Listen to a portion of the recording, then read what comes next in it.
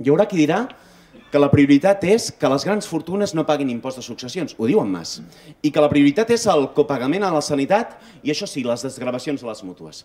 Hi haurà qui direm que aquest no és el camí, que el camí és més salut pública i que el camí és més fiscalitat progressiva. Hi haurà contraposició de models i netament, nítidament, els dos models que es contraposaran seran els de Convergència i Unió i els d'una formació modesta, si voleu, però combativa. Una formació petita, però que intenta canviar la realitat, i és Iniciativa Verds i Esquerra Unida.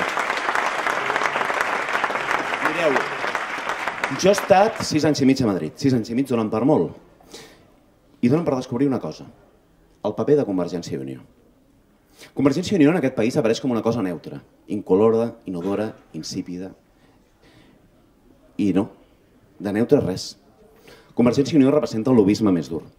En la tramitació de la reforma laboral, qui va presentar esmenes més salvatges no va ser el PP, va ser Convergència i Unió. En el pacte de Toledo, que s'està discutint aquests dies, qui porta les propostes de la banca per fer negoci de les pensions, com ningú, Convergència i Unió.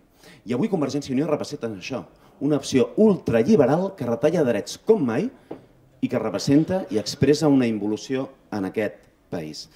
Jo també haig de dir, nosaltres no som una opció inolora, inodora i insípida. No, tenim sabor, tenim valors, tenim idees i representem interessos, i tant.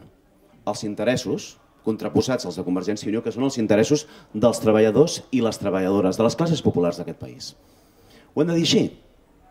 No anem a fer política a defensar interessos genèrics. Anem a fer política a defensar els interessos de qui necessiten, òbviament, més espai a les polítiques públiques d'aquest país, més estat del benestar i més atenció.